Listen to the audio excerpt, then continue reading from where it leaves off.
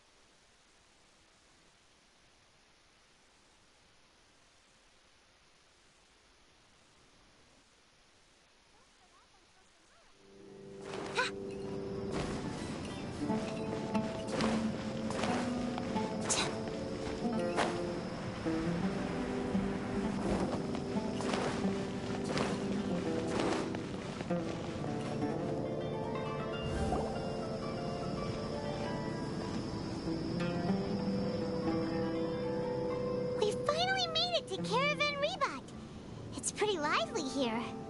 So, just past this wall is the desert, huh? Oh, wow. Paimon remembers hearing people call this the Wall of Samiel. It's made to block sandstorms from the outside. Oh, if it's this tall, it's gotta be the divine work of Greater Lord Rukkhadevata, right? Enough gawking. Come on, follow me. Huh? Over here. Oh, hey, someone that way! Let's hurry up and follow him. Wonder what he's up to.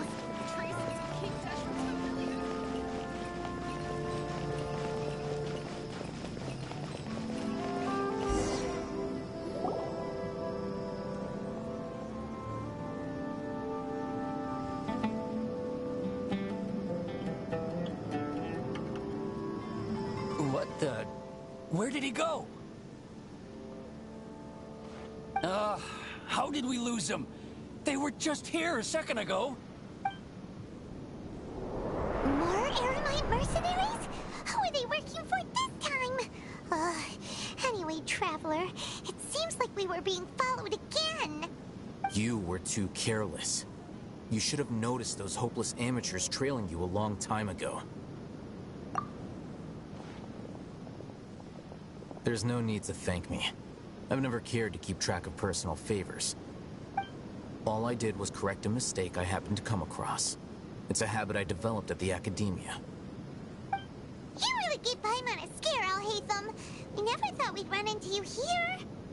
Last time we met at Port Ormos, didn't you say you were going back to the academia?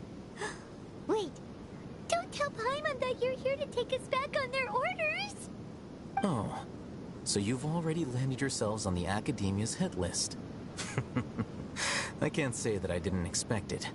However, had I wished to turn you over to the Academia, don't you think you'd already be the Eremites' honored guests by now? Oh, right. You do have a point. point.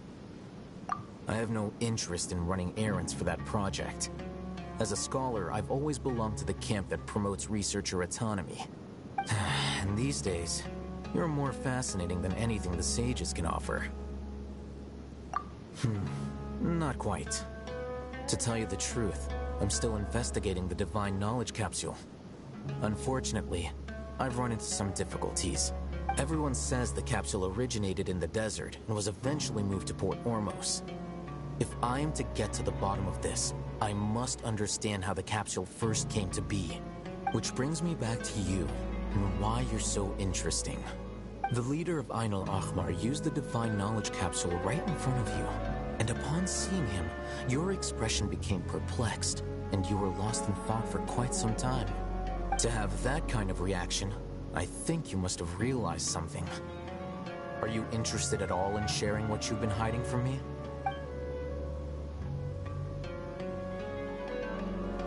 Al-Haytham, you really have a ridiculous eye for detail. What kind of person even notices or remembers stuff like that? So that's your answer. Well, I do work for the academia after all.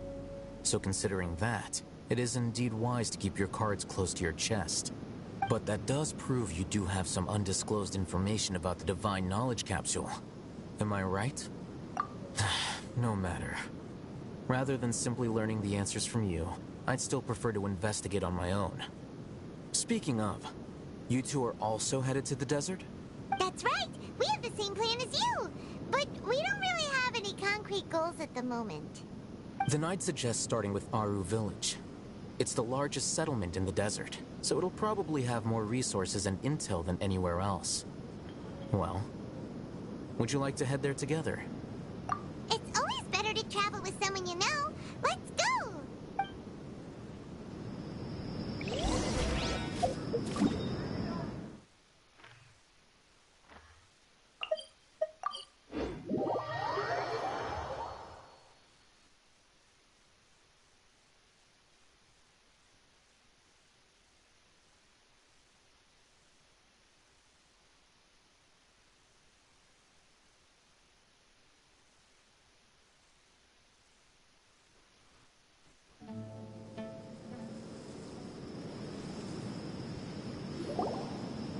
Before us lies Aru Village, the safe haven of the desert folk. Whoa, this landscape is really something else. What a cool place! Let's go check it out!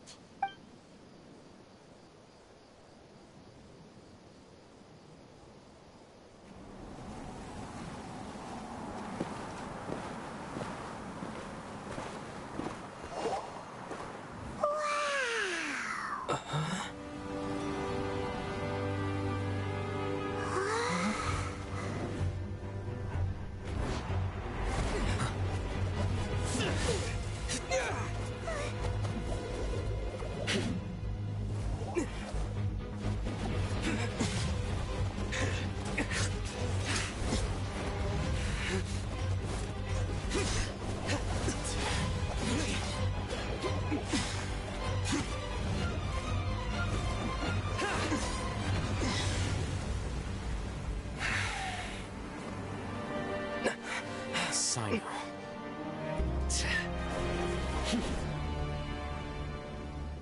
Unless my memory fails me, we have barely spoken 2 words to each other before now at the Academia.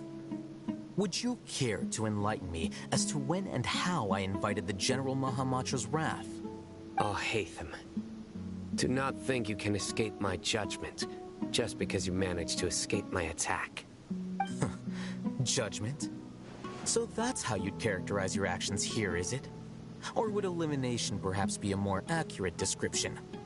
Had I used my full strength, not even this traveler would have been able to stop me.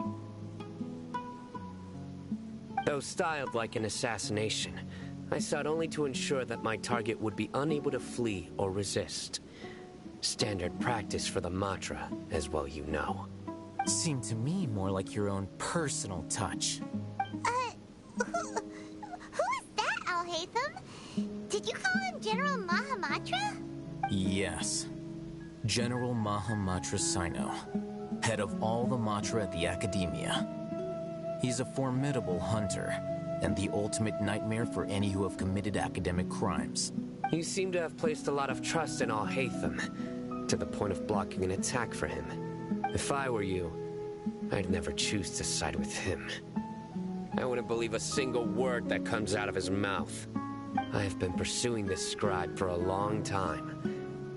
I urge you, stand back and do not seek to defend him any longer.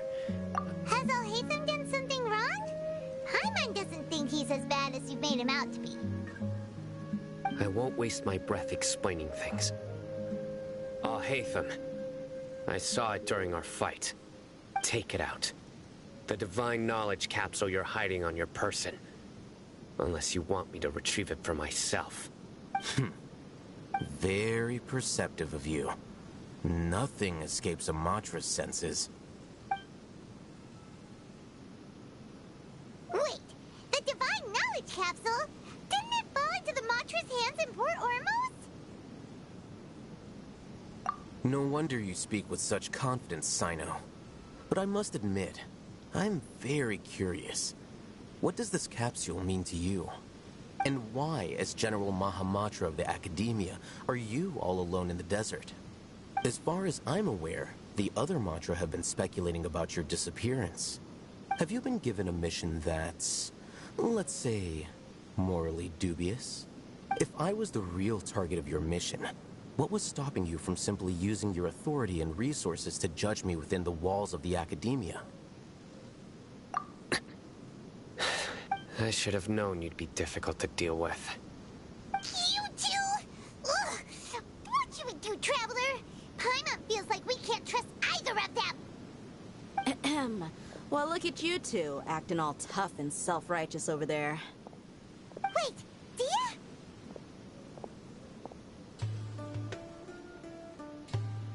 Great! Finally, someone that we can trust! You gotta help us out here, otherwise these two are gonna start fighting again! Yeah, sure looks that way. Two giants from the Academia duking it out once and for all. Not something you get to see every day, that's for sure. Listen, I know you academic types love to fill up your big brains with self-righteous morality and lord your empty rules and virtues over each other. But how dare you bring your petty disputes into the safe haven of Aru Village? It seems like someone's gonna have to beat some sense into your thick skulls until you finally learn to respect these grounds.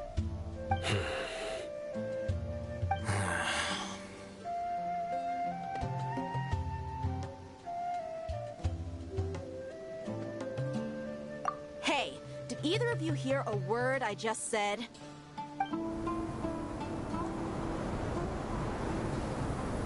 Whoa, what's going on? The wind's so strong! Is this a sandstorm? Paimon's gonna get blown away! Another sandstorm? What's up with these recently? Hey! All of you, over here, quickly! We have to take cover! Someone's calling for us! Oh, this wind is too strong! Let's get over there! That sounded like Candace. Come on, you two. Jeez, are all of you Academia folks such hard work? Move it! All right, stop yelling.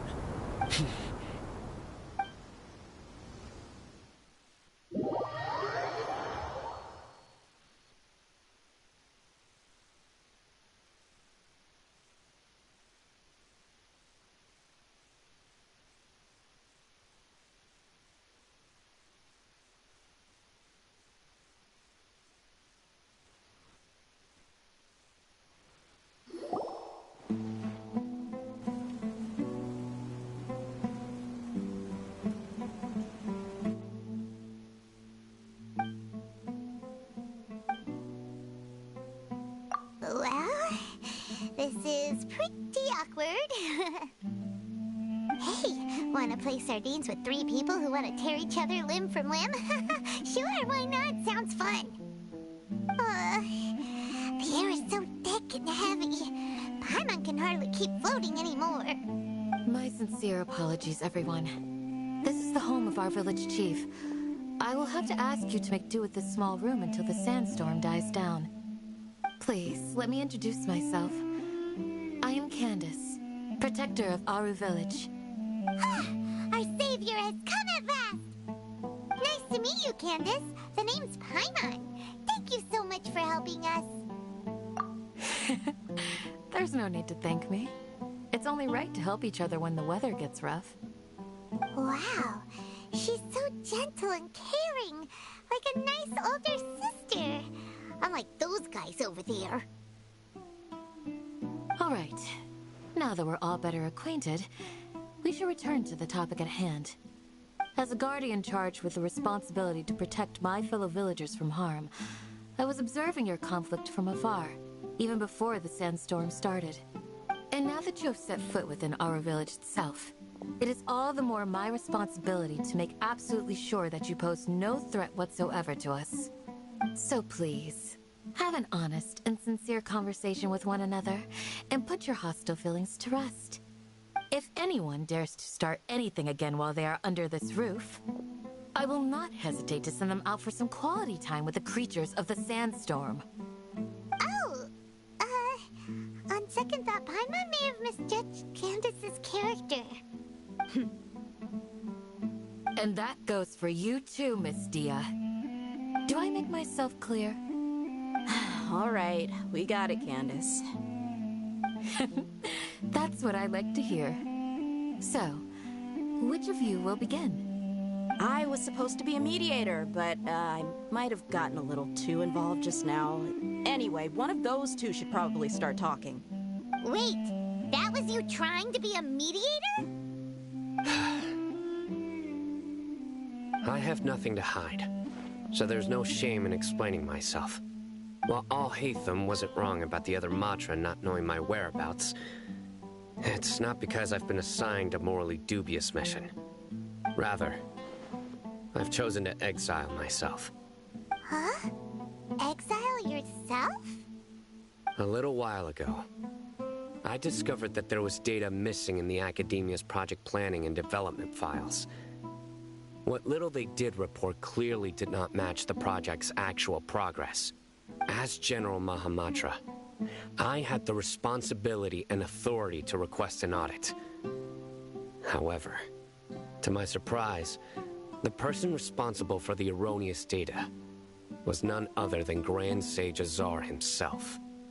I tried to investigate the issue myself before submitting a formal audit request, but I soon found that all leads and potential pieces of incriminating evidence were carefully concealed from me.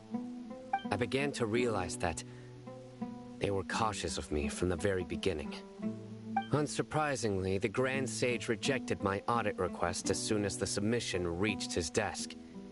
He even said to me, "The power of the General Mahamatra is granted by the sages. You have no right to judge us." So they really are up to no good. I realized then that to the Grand Sage, the Matra are nothing more than tools for the sages to assert and maintain their control over knowledge. The vows that we took, the principles that we strive to uphold, they are meaningless to the academia of today. I believed it would be wise to flee the academia before the sages had a chance to take action against me. This way, they can no longer see nor predict my actions. I will never give up on this investigation. There's no need for someone else to give me power or authority. Once I find the truth, I will administer judgment by my own name. Sino seems to have the same goal as us. We're all investigating the sages. Plus, now that he's no longer the General Mahamatra, he somehow feels a lot less scary. Well, Sino, if that's your story, then why did you see Al-Haytham as a target? When I was investigating the matter in the academia, I overheard a conversation between Al-Haytham and a sage. The sages asked you to investigate a blonde-haired traveler. Do you dispute this, Al-Haytham? What? Like many parts of the project, this assignment was undocumented. Now throw in your suspicious behavior with the Divine Knowledge Capsule, And I think we deserve an explanation.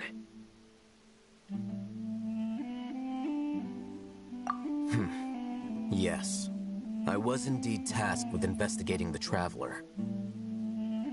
I'll hate them! After all, the promised reward was so great that hardly any scholar could have refused. The sage told me, once you've completed this assignment, I can give you a glimpse of divine knowledge.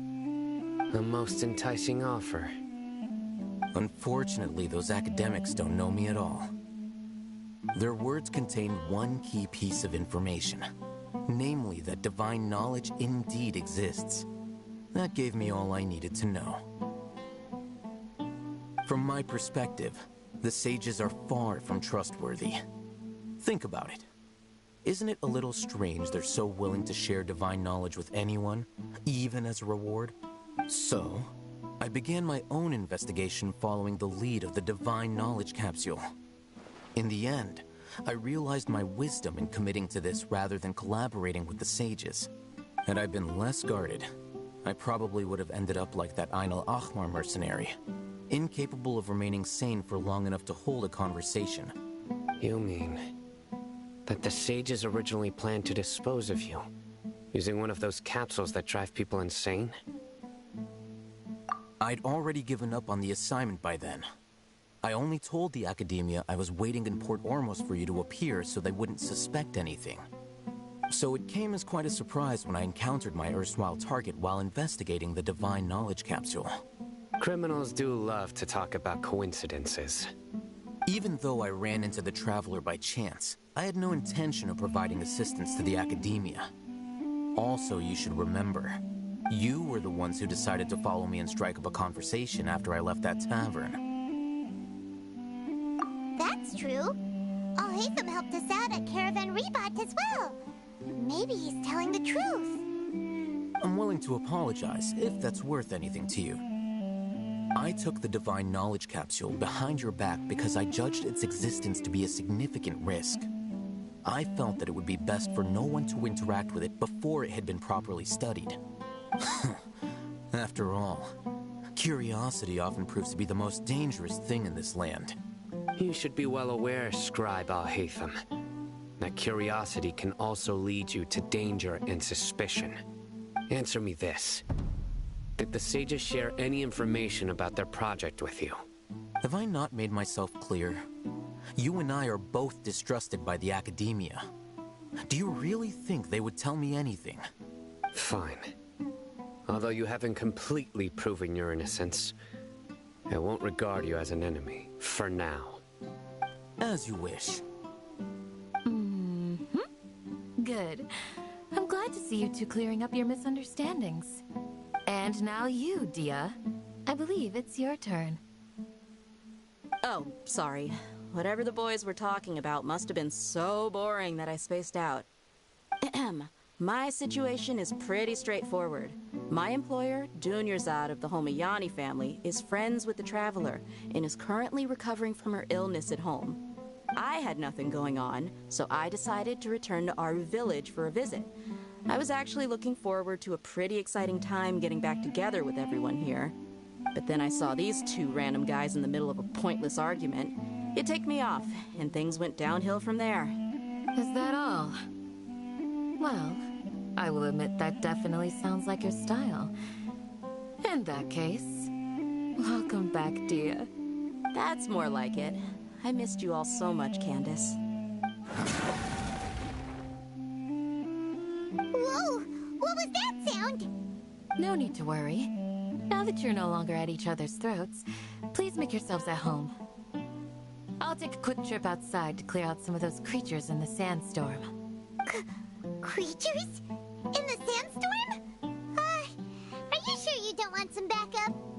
Fighting in a sandstorm is not for the faint-hearted. Anyone without extensive training in these conditions is at a disadvantage. You needn't worry. Yeah, just leave him to Candace. Don't worry, she's as tough as they come.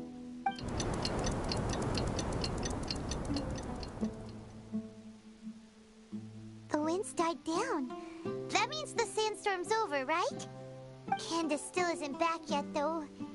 Is she alright? Maybe we should go out and check on her. When you put it that way, even I'm starting to feel a little worried. All right, let's go. We've been here long enough, and the boys are as chatty as the floor.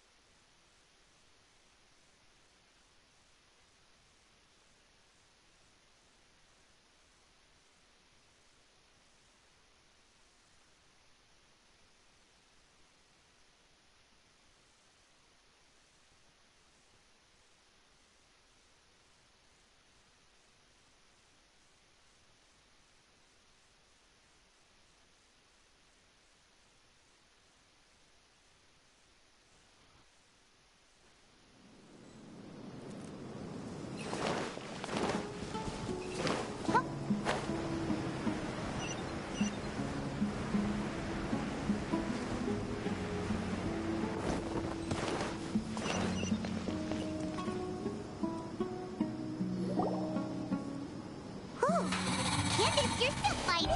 You've been out here dealing with these creatures the entire time? Yes. They just keep coming in waves. I've lost count of how many I've defeated. Before I realized it, even the sandstorm had stopped. Here comes another wave! Leave this round to us. I got interrupted earlier, but now I have something to take my anger out on. It's been quite a while since I've seen the flame mane in action. I'll leave these to you then. I'll be sure to put on a good show. Let's go!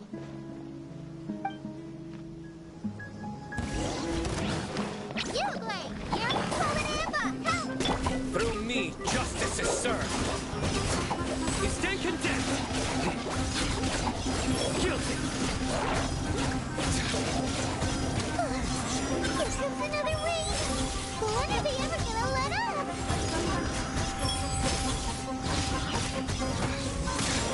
Their penance is due.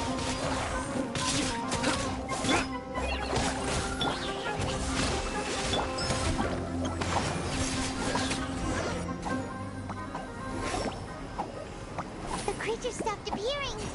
Was that the last of them? What we fought just now was probably the aftermath of the sandstorm. So we should be safe for the time being. Well fought, everyone. No injuries, I hope. Huh? Who are you? Ah, my apologies. I haven't had a chance to greet you yet.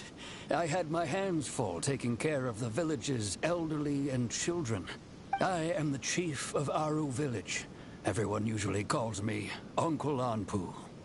Sir, I am also originally from the desert, but I have not been back for some time now. May I ask if such sandstorms are common? I can't say they've always been common, but recently the storms have become increasingly severe. We also occasionally get earthquakes. According to an investigator who stayed in the village a while ago, these unusual natural phenomena are related to the withering of Irminsul. Another effect of Irminsul's withering. So, Irminsul's withering causes withering zones in the forest, and sandstorms and earthquakes here in the desert? Everything in the natural world is inextricably connected to Irminsul. These regional symptoms can indeed be a reflection of Irminsul's present state. Everyone in Aru village needs to take good care of themselves. Speaking of which, why haven't I seen a single village keeper since I got here? Village keeper? Who are they? Village guards like Candace? Does your curiosity know no bounds? Village Keeper is how Aru Village refers to mad scholars exiled here by the academia. Most of them are scholars who lost their sanity after a period of training in the Avidia forest. The academia believes that their crazed mutterings may have a negative effect on the psyches of other scholars. So, they're forcibly exiled to the desert. Though if you ask me, it's all a boatload of nonsense. Alas, that's exactly what we've been trying to investigate. One by one, the village keepers have been mysteriously disappearing without a trace. But no one in the village has ever seen them leave. If you're planning to stay around the village for the next few days, I'd appreciate it if you could keep an eye out for them. I've had encounters with those people in the past. I'll see what I can do to help. The Matra are the ones responsible for their exile. Now that you're no longer with them, are you trying to alleviate your guilt and atone for your past sins? I'm fascinated by how you think. Mock me if you will, but if you are guilty, I will eliminate you, regardless of my position or identity. Oh, you're the former General Mahamatra. You must be an expert in these kinds of investigations. Thank you for your help. Is it because you're reminded of Hypatia? Oh, these poor scholars. First they lose their sanity, now this! We need to help get them back home, safe and sound. But, is it really a good idea to tag along with Sino? You seem like you really don't trust him. I'll be grateful for the assistance. No doubt you will do a better job than some of my former subordinates. Let's start by finding a spot to share what we know so far.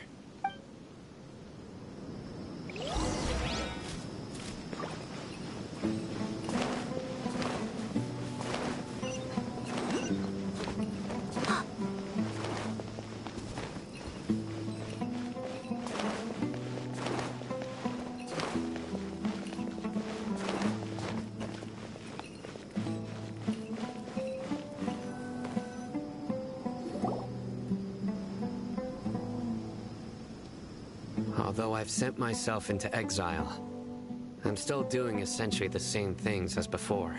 Do you still have any questions for me before we start our investigation? One of my former subordinates told me that this title has its origins in a strange incident. The Academia has long exiled mad scholars to Aru Village. A mysterious phenomenon exists here. When mad scholars first arrive, they are as incoherent and deranged as before. But after spending some time here, they invariably begin to calm down. Initially, the people of Aru Village greatly resented having to take in the mad scholars. But a strange incident one night changed that. Aru Village was struck by the strongest earthquake in living memory. Seeing buildings on the verge of collapse all around him, the then chief of the village was preparing to take everyone to safety. Suddenly, he noticed a mad scholar crouching in a corner, caressing the ground with his hands. A soft, green light radiated from him, like a divine glow against the backdrop of night. Despite the powerful tremors that ripped through the ground that night, all the houses remained upright, almost as if they had grown roots reaching deep into the ground. In the end, not a single building collapsed, and no one was hurt. After that, the people of Aru Village treated the mad scholars with greater kindness, and began to refer to them as the village keepers. The soft green light? A mad scholar protecting Aru Village? What do you make of it, Traveler? Paimon thinks so too. Actually, Sino, do you know if any of the mad scholars continued to wear their Akasha terminals at Aru Village? In theory, they would continue wearing them so the Academia could still monitor their activities. With that said, the main Akasha system would no longer have any interaction with them. Oh, no wonder! Everything makes sense then! Add in the fact that they calmed down, it was probably Nahida who calmed them. If you are able to draw a conclusion from this one story alone, then it appears you possess much more information than I do. So, what do you make of the story? Really? Lesser Lord Kusanali. What? You don't believe us? Lesser Lord Kusanali was definitely using the Akasha to give her power to the mad scholars! No, it's not so much that I don't believe you. I'm just struck by your reasoning. Lesser Lord Kusanali, the current Dendro Archon. Is she really active in Sumeru? The Academia has always placed far greater importance on the late Greater Lord Rukkhadevata. They've more or less ignored Lesser Lord Kusanali, and I've never had any reason to doubt their views. In addition, I've never heard any stories about Lesser Lord Kusanali and her deeds. To me, she might as well have been a god that never existed. No way! Nahida definitely exists! She's a... how should Paimon put it? She's a good Archon who's kind and wise, even if she says weird stuff sometimes.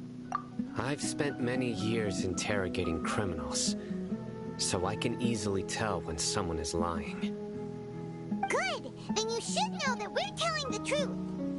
That look in your eyes. I've never seen that from a liar.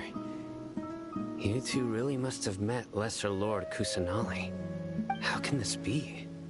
To think, our Archon has been amongst us this entire time. Alright, now it's our turn to put our skills to good use for this investigation.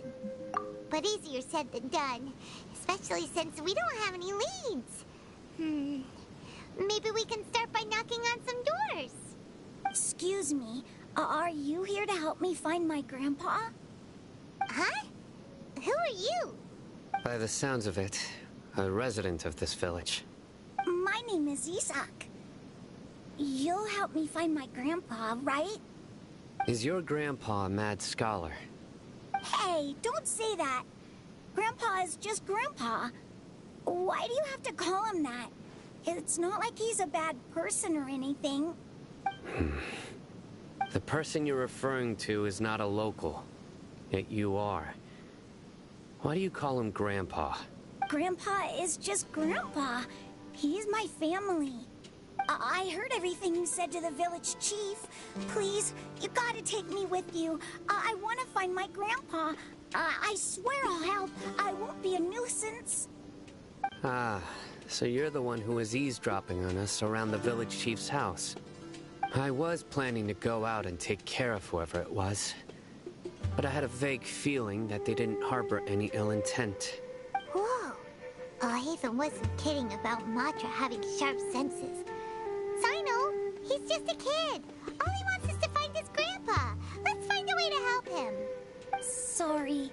I was only listening in because I wanted to know where Grandpa went. Honest. If you don't believe me, you can ask Miss Candace. All right. But first, let's confirm the facts with Candace.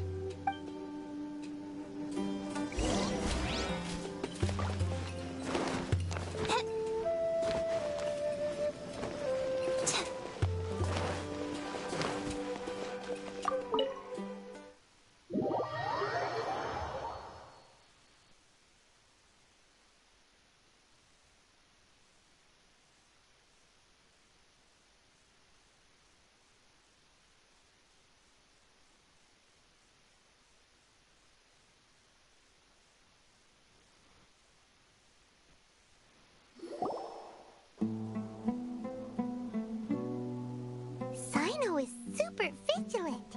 Is this what all the Matra are like? Ah, you're back already. We just wanted to confirm something with you. Do you know a boy by the name of Isak? I had a feeling he'd go looking for you. Huh? You knew this would happen? Yes.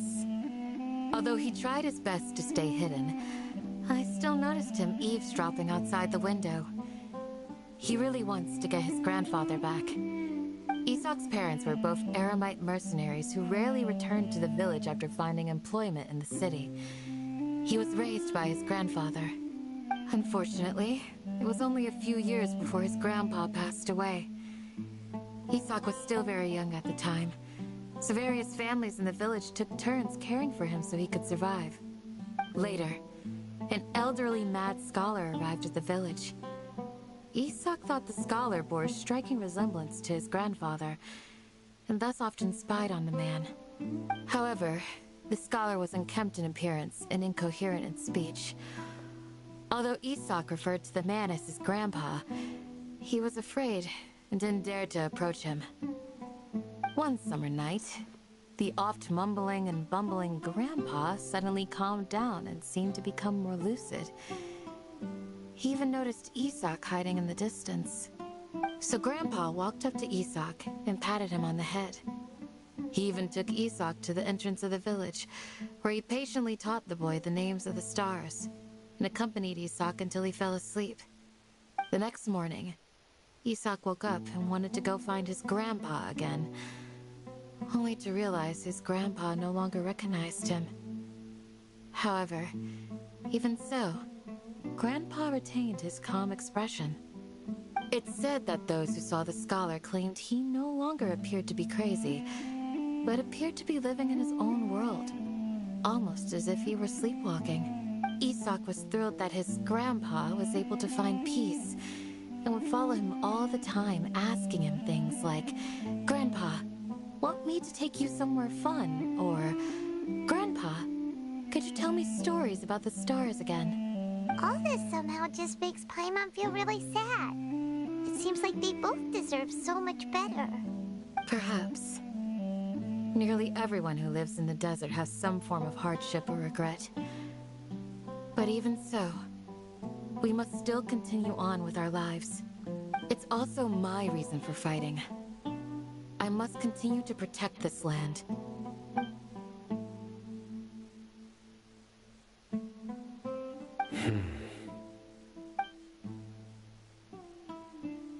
Maybe the people have always had a considerate god watching over them. Huh? What did you say, Sino? No, nothing. As long as Isak keeps his word and doesn't get in our way, we can take him along. Perhaps you are more compassionate than I gave you credit for. Please accept my thanks on Isak's behalf, Sino.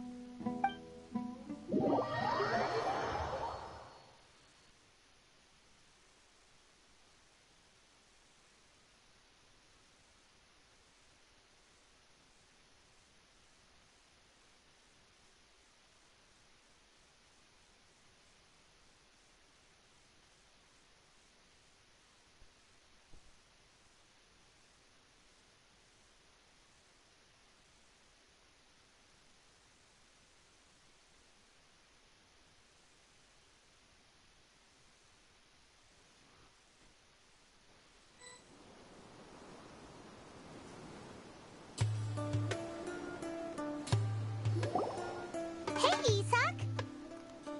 Oh, it's you guys! We've cleared everything up. Let's go find your grandpa. Really? Wow! Thank you so much! Yeah! All right. Let's ask the local residents some questions first.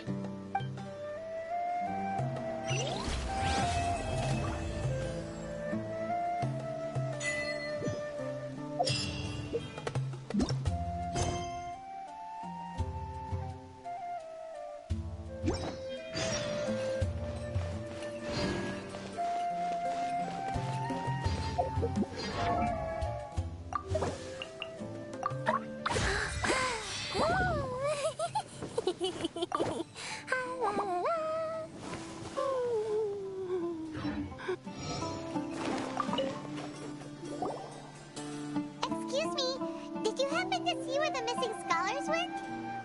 You mean the village keepers? Oh, let me think. When I was eating dinner the other day, I saw one of them by the side of the road, muttering away and eating mushrooms and tree roots. They shouldn't go around eating that kind of stuff. Okay. Did you notice anything else? Anything else? No, I think that's all I have to tell you. Sorry.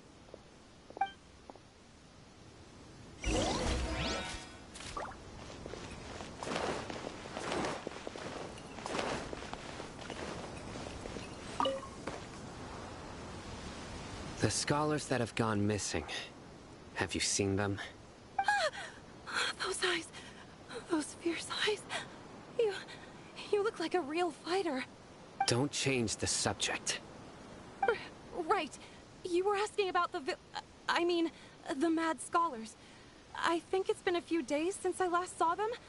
I usually go to bed pretty early, so I'm not too familiar with what goes on at night. But honestly, I feel quite sympathetic towards them.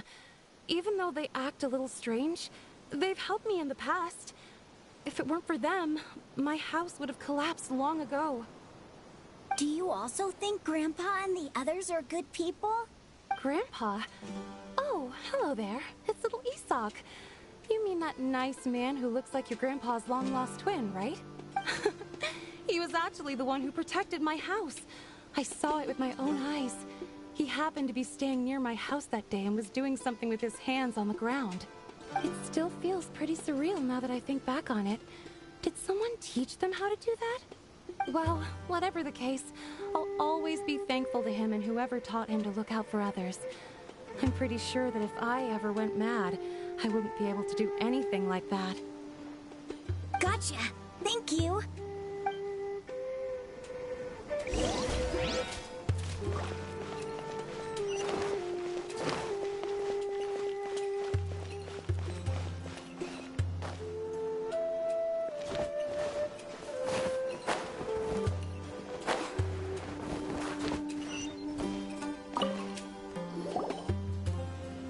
Sir, have you seen my grandpa recently?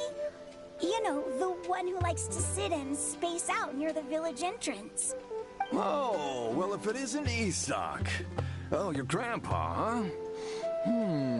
It's been a while. The last time I saw him, he was spacing out by the road as usual. I went and asked him if he'd like any of the food I had prepared, despite my wife's protests. Like many people, she's really quite terrified of them. And speaking of my wife, she's still always complaining about how I don't make enough mora. That might explain why she's always mad at me. Oh, thank you. Thank you for taking care of him. It was nothing. You're looking for him, right? Did he go for a walk and get lost? Yeah. That's no good. Well, once you found him, come by my place again and I'll cook a little something for the both of you. I've known you since you were very young. So as far as I'm concerned, you're family. Please feel free to come by anytime. Wow, what a nice guy! Okay. Thank you, sir. Huh? Don't say anything for now. Isak, stay here. Let's head over there. Stay quiet as you move.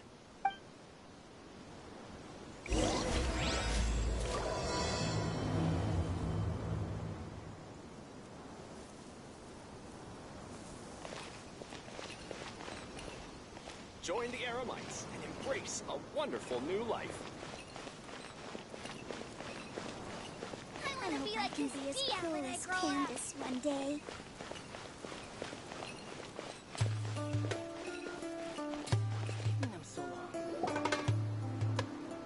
Listen, see if you can make out what they're saying. Have you heard? The mighty King Deshret, the sovereign of our faith, will soon return to this world. Yes, of course I have. King Deshret is the one and only true ruler of this land. I've never believed in any other gods.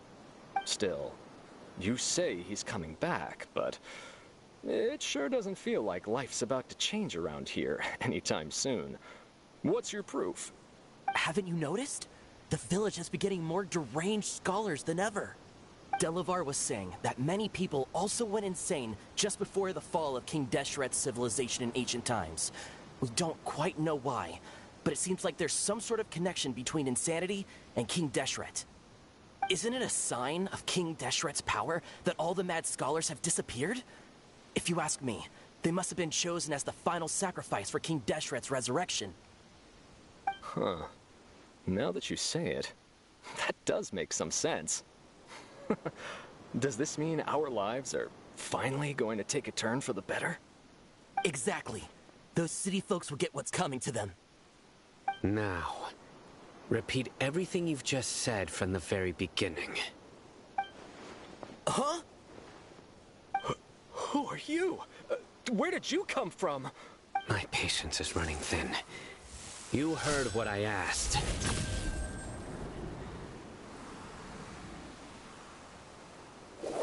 Yeah! Bro, this guy's something else. Just look at his eyes. One wrong move, and he's gonna flay us alive. Let's not get on his bad side, okay? I am no match for this guy. Oh, okay, good sir. What is it you would like to know? Tell me about King Deshret's resurrection. Well, I only know a few things from hearsay. I went for a drink the other day and heard others talking about a rumor that the madman will disappear and that King Deshret will return to this land. I'm not making this up, I swear! Hey, go on. Keep talking. It's true. It's all true, sir. We desert folk have had more than enough of those people at the academia. They keep sending us all their mad scholars and won't let us have a good life. Would you want to live like this if you were in our place? The radicals were even more thrilled than me when they heard the news. We're all praying for King Deshret's speedy return. Delavar also said that once King Deshret returns to our side, it's only a matter of time before we conquer the land on the other side of the wall. They're all willing to serve under King Deshret and fight for a share of the glory. Is that so? Seems like he still wants to know more. Keep talking. Got it. At first, I told myself it was just the drink talking, but then all the mad scholars vanished without a trace, just as the rumors said. Please don't beat me up just for mentioning these rumors. If I'm guilty, then everyone else around here is also guilty. I'm just saying what the others said. The people here really like King Deshret, but dislike the Dendro Archon. Where is this radical person you talked about? I haven't run into him over the past few days, so he probably hasn't been around the village. What about you, man? Have you seen him at all? No, not at all. We wouldn't dare lie to you. He's really not here right now. Sounds like you're not too close with the radicals. No, of course not. All we know are their names. I have many ways to stop you from talking. And many others to stop you from sending warning messages. So you'd best just stay home and hope I don't hear of you trying to contact anybody. Don't do anything until I've gotten to the bottom of this. Try something foolish, and even Candace won't be able to protect you. Yes, got it. We'll do just as you say. That scared Paimon half to death. Sino is pretty terrifying. He didn't try to reassure us at all. It's like he's used to hearing that. Oh, Paimon bets lots of people have told him that before. I heard that. Sorry. It's part of being a Matra. The rumor we heard just now seems like a strong lead. But we need to check a few more places. Very well. Isak! I'm here. Where's your grandpa's house? Well, I can take you there. Just follow me.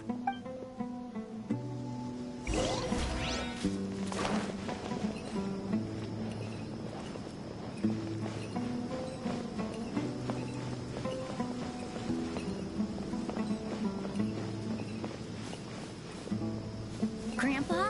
Oh, he likes to be alone. Sometimes he stares at the sky in a daze, and other times he just pokes at the ground with his fingers.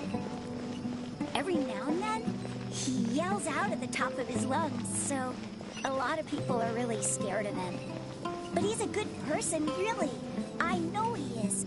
I swear, he's just like my real grandpa.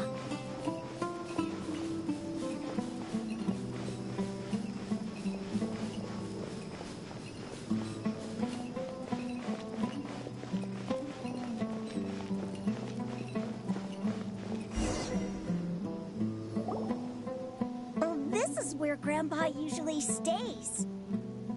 There sure isn't much here. No. Incense? Please don't before? But are you okay? Are you getting dizzy or need to lie down? There's a scent that you can sense, but I can't. A certain traveler here once passed out from that smell. Thankfully, Tainari saved the day. And then he gave us a long lecture to explain all about how it worked. So, you know Tainari? Huh? You know him too? Are you two friends? Yes. Now that I concentrate, I can also make out the scent of incense. Wait, surely Tainari didn't lecture you too? No. No need. Did you first encounter this scent at Tainari's house? In the forest. From a scholar.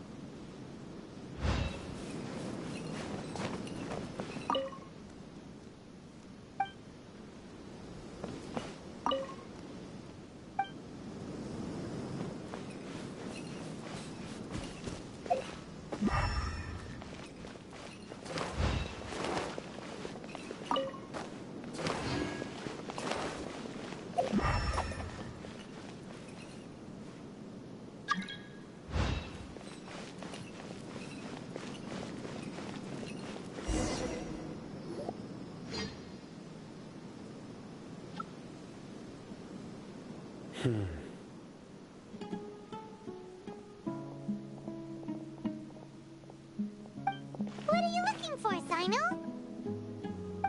Here it is. Take a look right here.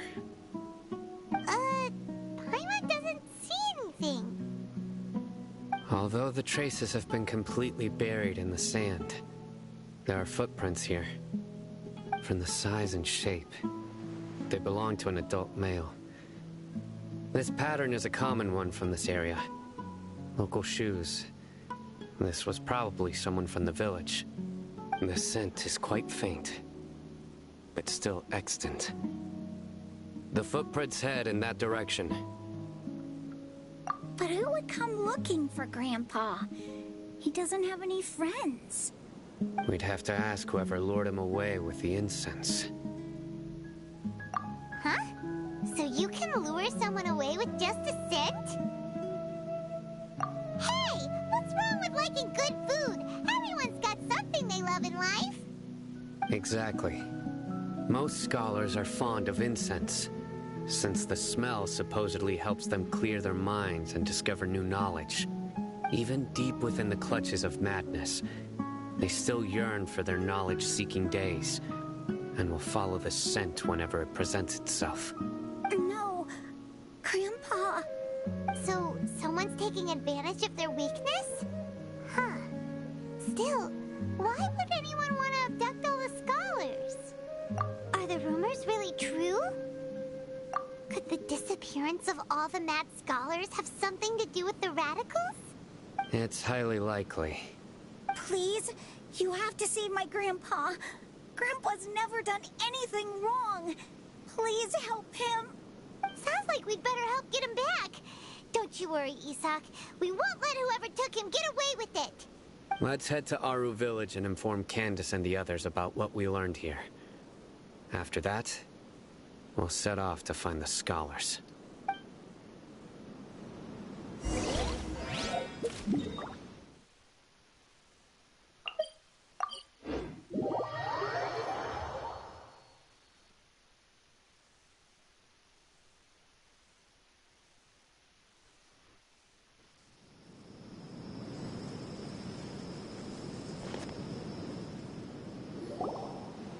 Right. The darker fabric definitely looks a lot better. That'd be my choice, too. We're back, Candace! We've got a lot to tell you. Ah, welcome back. Sounds like everyone's friends already. Oh, Dia's here too! You bet. So, everything goes smoothly? Reasonably. Alhaitham didn't go with you? We haven't seen him at all. Huh. I saw him around the village entrance earlier and figured he was investigating with you. I guess he must have gone off on his own. Did you find out anything useful? I see. So someone used a kind of incense to lead the exiled scholars away from the village.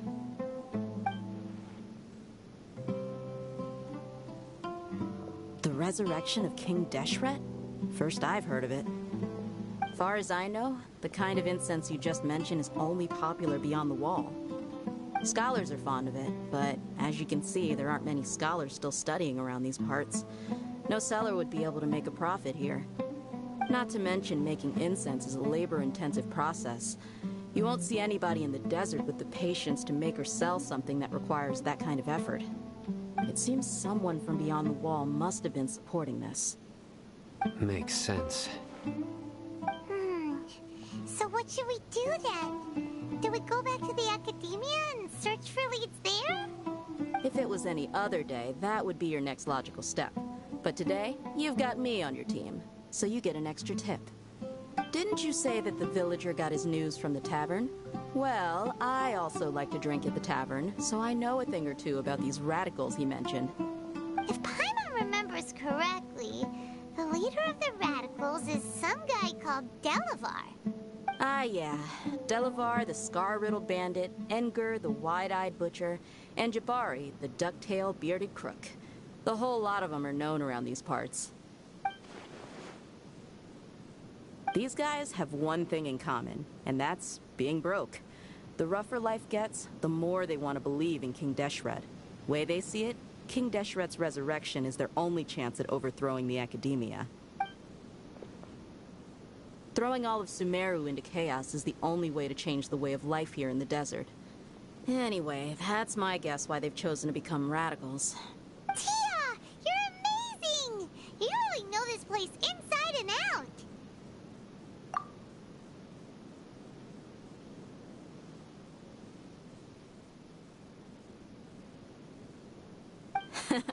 No merc can afford to slack off on gathering intelligence. Every more I've spent in the tavern has been a valuable investment. Let's head out. Now hold on, you're staying right here, Sino. Why? Aru Village is not a big place. Outsiders stand out here like a sore thumb. I'd bet word about you has already gotten out. The desert is unforgiving, so the way of life here is also a lot tougher than on the outside of the wall. You survive on making connections out here. Compared to you, mercs like me are just third-rate amateurs. I've got no actual fighting skills to speak of. But that also makes it a whole lot easier for me to gain the locals' trust. I need to go around and ask some questions, but it'll be difficult if you're with me. Fine. Good. Then we've got a plan. The Traveler and Paimon will go to Caravan Rebot with me, and we'll try our best to figure out where the mad scholars have been taken. Sino, you'll have to stay in the village and continue investigating on your own. Alright, sounds like a plan!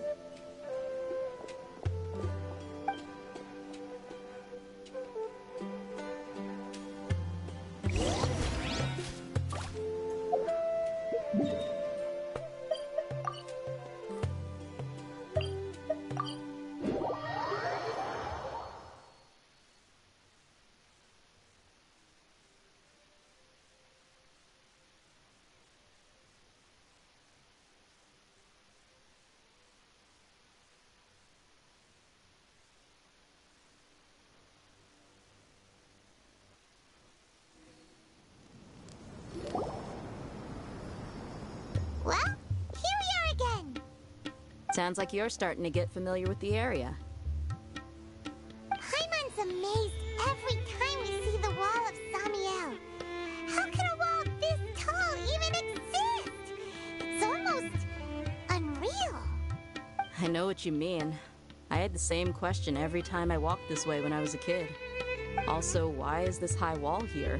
And can a wall really block sandstorms? It was only after I grew up that I realized the wall of Samiel isn't just there to keep out the sandstorms. It serves a more important purpose. keeping out people like us. Sumeru is run by wise and mighty sages. To them, us desert dwellers are nothing but tools that can be used and discarded at their whim. We're cheap labor, like livestock, but easier to control. Nothing more. Even if a child from the desert got the chance to obtain an Akasha terminal, almost all their requests for knowledge would be denied. The academia believes we're underserving. Geniuses like Sataria are 1 in a million. The other children never get a single chance to try and rewrite their fate. Even though the academia knows very well that we're humans, just as they are. That's terrible. I would tear down this wall with my own hands if I could. Hey, Dia. You're not thinking about doing anything scary, are you? No, not at all. This place just gets me thinking, that's all. Besides, we're here to procure information, aren't we? Yep, we gotta catch those. Shh! Caravan Rebot is crawling with people, so be careful what you say. We don't want anyone to find out what we're here for. Our mission started the moment we arrived here. Let's go check out the tavern. Maybe we'll find someone I know.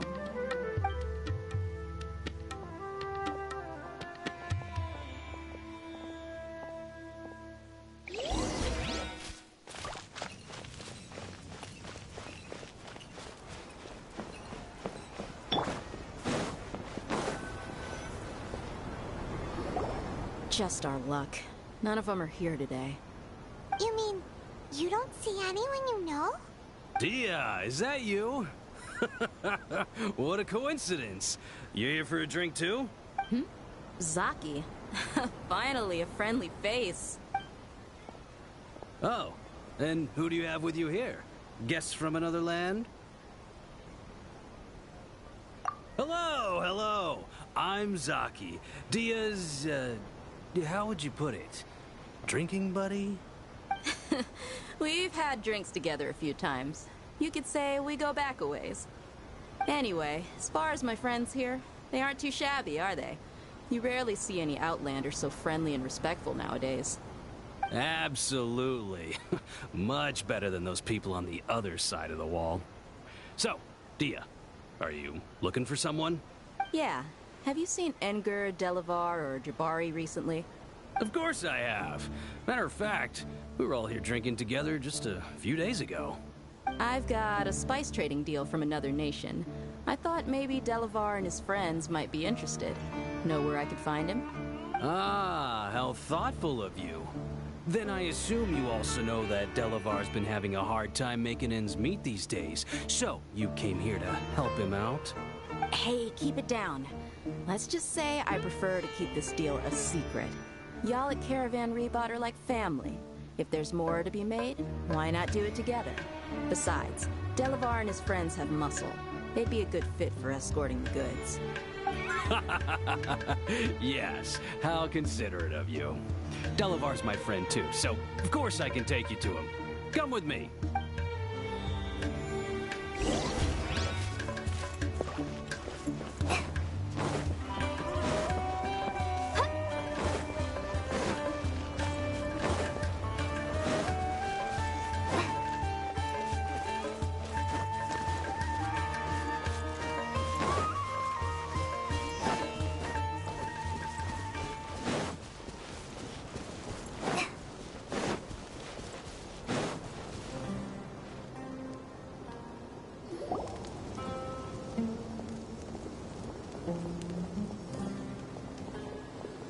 Are we there yet?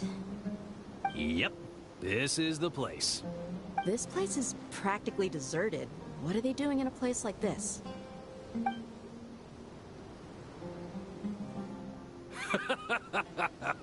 Why don't you take a guess? Go on, a wild stab in the dark. You're like lambs to the slaughter.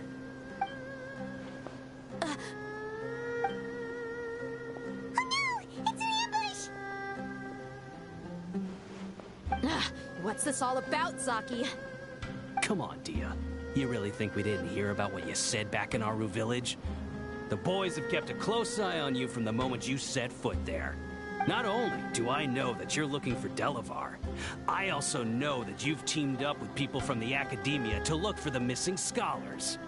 So, you've been watching us from the very beginning? Uh-oh. I knew leaving Sino behind was a mistake. And you left the strongest one in the village, didn't you? Who do you think you are? You really thought we'd fall for your little business deal nonsense? So you and Delavar have been partners all along. Dia, I guess it's only natural for a traveling mercenary like you to be out of the loop. Those of us who hang around the tavern have stronger bonds than you think. But you got one thing right. We're all looking forward to an uprising in Sumeru. There's nothing more we'd like to see than the desert folk overthrowing the Academia. If that's the case, then I'm sure Delavar wouldn't miss a second of it. I'll be honest with you. If it weren't for what you said in the village, your little monologue about the Wall of Samiel would have convinced me that you're one of us. Delavar. And Edgar, you're here too, huh? Long time no see, Miss Mercenary.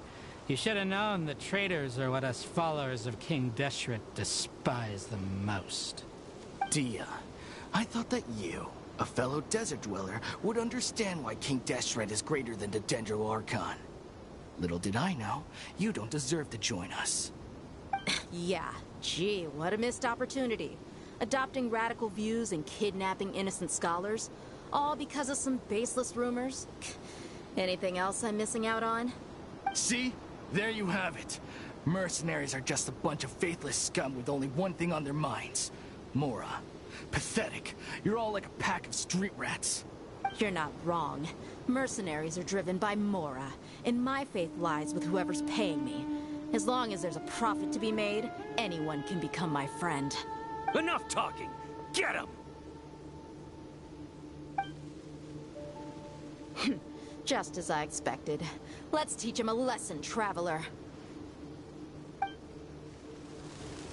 Just following orders. Hold the line.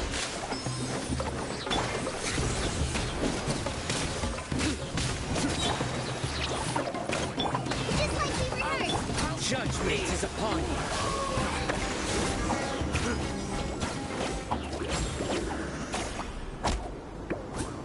Impossible!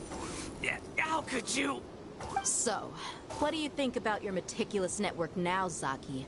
How did you say it? It's only natural for a traveling mercenary like me to be out of the loop. I'm guessing your informant told you that I'm just an incompetent merc with no real fighting skills, correct? I mean, that is what I said after all. And of course you would believe everything he reported. The only thing you know about me is that I'm a mercenary, but you've never seen me in action.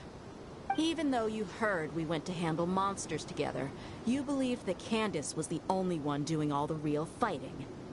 That so-called Flame Mane is just a fraud. She admitted it herself.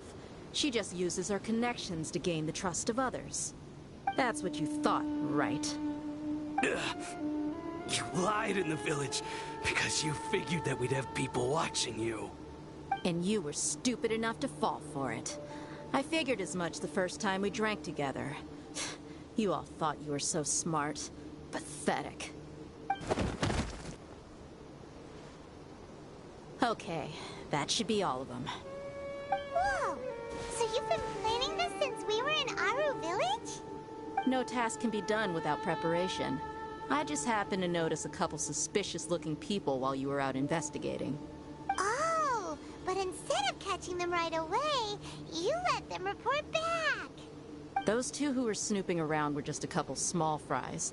If we want to get the real catch, we have to be patient and give it some time. Oh, you mean the funny name she mentioned back in Uncle Ampu's house? The wide-eyed butcher, scar-riddled bandit, Paimon can't remember them all. That's just a bunch of drunk talk. Edgar and Delavar like to talk themselves up when they're drinking. Edgar, the wide-eyed butcher, and Delavar, the scar-riddled bandit, are the nicknames they came up with for themselves. Alcohol has a way of making people share what they really think. So Engar and Delavar are always rambling in the tavern about how King Deshret is a superior deity.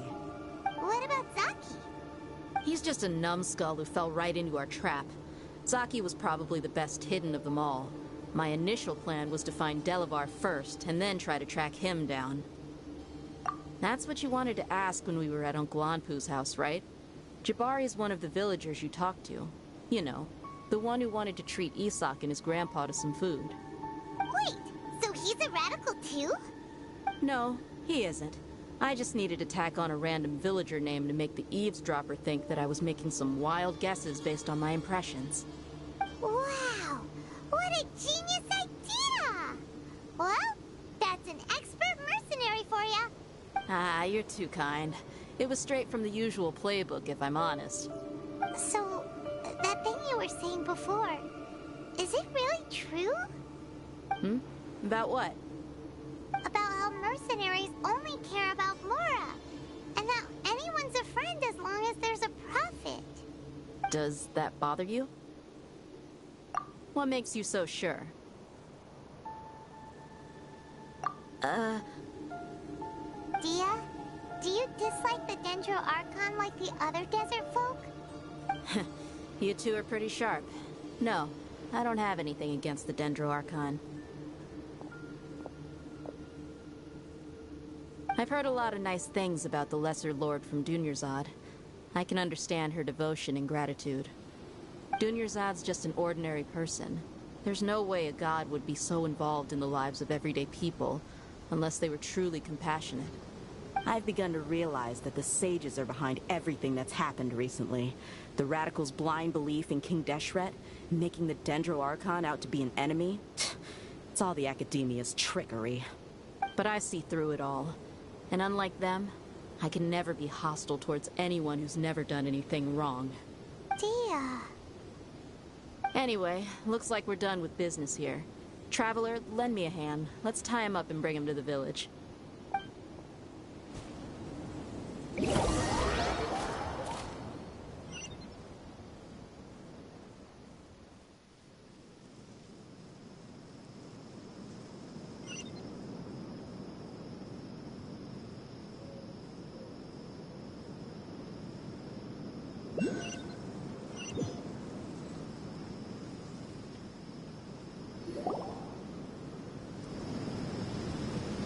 This should be all of them. I'll let you take it from here. All right. I'll be in touch. Until then, please stand by. Candace, do you need any help? Candace will be okay on her own. I trust her, so you can too. She's been guarding Aru village for quite some time now. If anyone is qualified to question the offenders, it's her. While I'm questioning them, why don't you pass some time by exploring the area? I'll meet you back here tomorrow morning, Traveler. As for these idiots, let's just hope they live to see another day.